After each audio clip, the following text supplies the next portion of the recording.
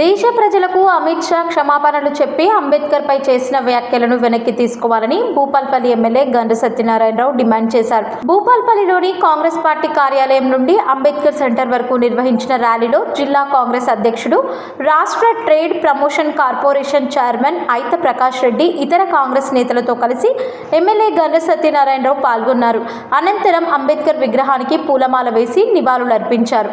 ఈ సందర్భంగా ఎమ్మెల్యే మీడియాతో మాట్లాడుతూ కేంద్ర హోంమంత్రి అమిత్ షా పార్లమెంట్లో చేసిన వ్యాఖ్యలు అంబేద్కర్ రచించిన రాజ్యాంగాన్ని రద్దుపరిచి మనుస్మృతిని అమలు చేసేందుకు సంఘ్ పరివార్ కుట్రలో భాగమేనని ఎమ్మెల్యే అన్నారు. మనుస్మృతిని బీజేపీ విశ్వసిస్తుందని, కాబట్టే అనుక్షణం రాజ్యాంగంపై దాడి చేస్తోందని, రాజ్యాంగ నిర్మాతను ప్రతిసారి హేళన చేస్తుందని ఎమ్మెల్యే మండిపడ్డారు. అమిత్ షా వెంటనే వారి అనుచిత వ్యాఖ్యలను వెనక్కి తీసుకుని దేశ ప్రజలకు క్షమాపణ చెప్పాలని డిమాండ్ చేశారు. మాత్రమే కాదు మాకు బంద్ కావాలి, ఇల్లు మాత్రమే కాదు మాకు బంద్ కావాలి, ఇల్లు మాత్రమే కాదు మాకు బంద్ కావాలి, ఇల్లు మాత్రమే కాదు మాకు బంద్ కావాలి. జై జై జై జై జై Amit Shah down down, Amit Shah down down,